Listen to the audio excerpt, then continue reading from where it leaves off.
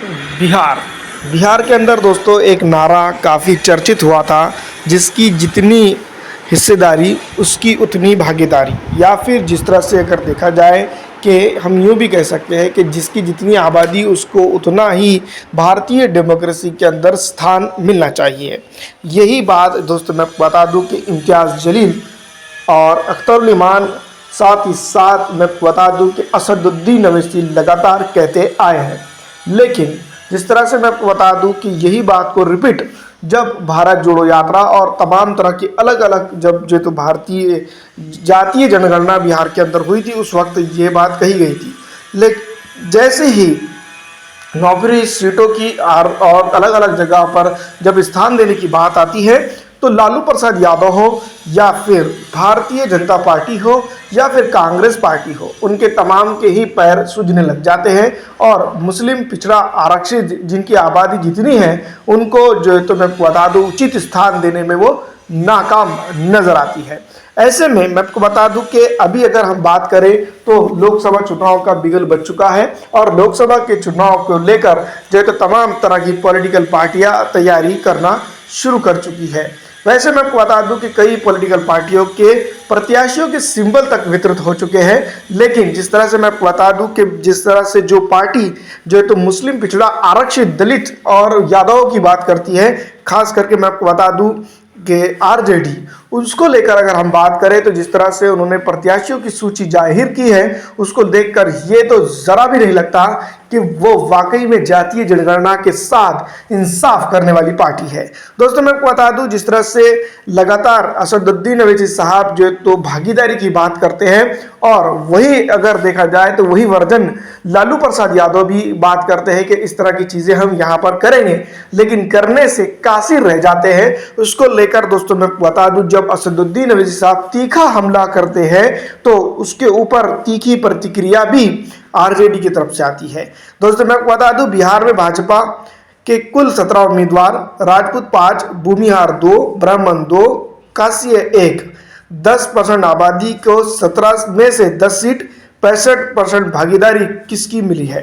दोस्तों ये एक इम्पॉर्टेंट बात है। इस तरह से भाजपा ने अब तक के मैं बता दूं कि कई ऐसी जगहों पर चेहरे उतार दिए हैं बिहार के अंदर, लेकिन जो है तो मुस्लिमों को और अक़लियतों को खास करके निगलेक्ट कर दिया गया है, लेकिन उतना उचित स्थान बिहार के अंदर नहीं दिया गया है। ये तो बात थी भारतीय जनता पार्टी की। दूसरी तरफ अगर हम बात करेंगे लालू प्रसाद यादव की पार्टी, तो इम्पोर्टेंट उम्मीदवार लाए जा रहे हैं। ऐसे उम्मीदवार लाए जा रहे हैं जो एक अरसे से जो है तो मैं आपको बता दूं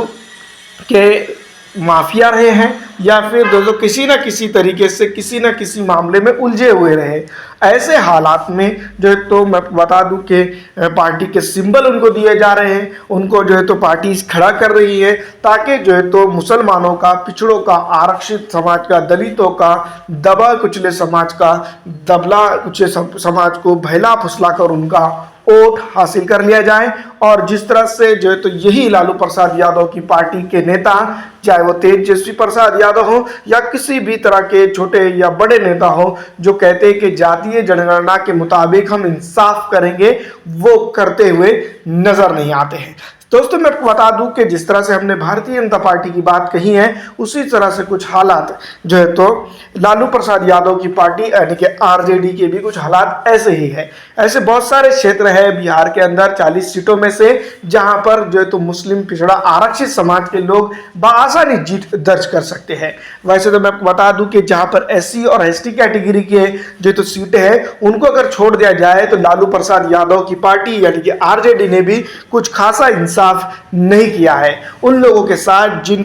जिनके बारे में वो लगातार बातें करती है कि इन लोगों के साथ इंसाफ होना चाहिए, लेकिन खुद की ही पार्टी आरजेडी ने जो है तो खुद जो है तो उन लोगों के साथ इंसाफ नहीं किया है। सीमांचल से बाहर अगर देखें तो मैं आपको बता दूं कि कई एक ऐसी जगह है जब मुस्लिम प्रत्याशी बहुत ही आसानी से जीत दर्ज कर सकते हैं, उनको जो है तो पूरी तरह से निगलेक्ट कर दिया गया है या फिर जो है तो भारतीय जनता पार्टी के प्रत्याशी या गठबंधन के प्रत्याशी के साथ फंसा दिया गया है ताकि वो जीत कर ना आ पाए और जो है तो लोकसभा के अंदर मुस्लिम पिछड़ा आरक्षित समाज की आवाज ना उठे। इसी तर्ज पर अगर देखा जाए तो मैं बता दूं कि भारतीय राष्ट्रीय कांग्रेस पार्टी जो एक तरह से बता दूं कि पूरे हिंदुस्तान के अंदर न्याय यात्रा निकालती है ताकि जो है तो यह न्याय हो और जातीय आधारित जनगणना कराने के बाद जातीय आधारित जनगणना के साथ डेवलपमेंट की बात करती है। तो सीमांचल के किशनगंज को छोड़ दिया जाए तो उसको अगर देखा जाए तो मैं उसके अलावा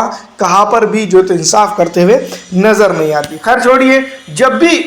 इन बातों को, इन तमाम तर चीज़ों को असदुद्दीन अवैसी साहब पूरी ताबोताब के साथ उठाते हैं तो तब जो है तो इनको ये भारतीय जनता पार्टी की बी टीम के तौर पर प्रेजेंट कर देते हैं। ये अपने आप में बड़ी शर्मनाक बात है और इससे ज़्यादा शर्म की बात जो तो इन पार्टियों के अलावा किसकी हो सकती है। दूसरी तरफ मैं बता दूं कि असदुद्दीन अवैसी साहब की पार्टी जब जो है तो भागीदारी की बात करती है या इंडिया गठबंधन में लेने की बात करती है तो सीधी तौर पर उनको निगलेक्ट कर दिया जाता है। दूसरी तरफ मैं बता दूं जब वो चुनावी मैदान में उतरते हैं और चुनाव लड़ने की बात करते हैं तो उनको भारतीय जनता पार्टी की बी टीम करार दिया जाता है ताकि उनका वोट को उलटाइल किया जा सके या फिर उनके वोट को रोका जा सके किसी ना किसी तरीके से, और जो है तो ज़्यादा से ज़्यादा सेकुलर वोट जो है तो भारतीय राष्ट्रीय कांग्रेस हो या आरजेडी के खेमे में जा सके। खैर छोड़िए, ये तमाम तर चीज़ों को अगर देखा जाए तो सिर्फ जो है तो आरजेडी, भारतीय जनता पार्टी और कांग्रेस पार्टी ही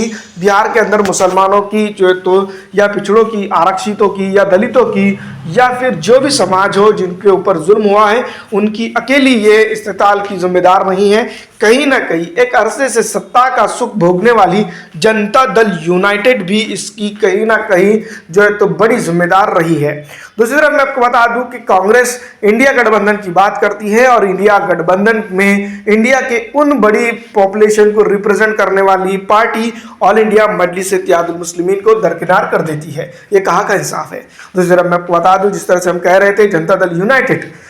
दल यूनाइटेड भी एक अरसे तक अपने आप को सेकुलर मानती आई है और सेकुलर विचारधारा के साथ जो तो समझौता कभी जो है तो उसके खिलाफ खड़े होते हुए नजर आई है। इसी ज़िमन में मैं आपको बता दूं कि फिलहाल भारतीय जनता पार्टी के साथ गठबंधन में है और कई एक जगहों पर जो है तो वो भारतीय जनता पार्टी के साथ गठबंधन में होते हुए भी मुस्लिम, पिछड़ा, आरक्षित और दलित समाज की बात करते हुए नजर आती है। लेकिन क्या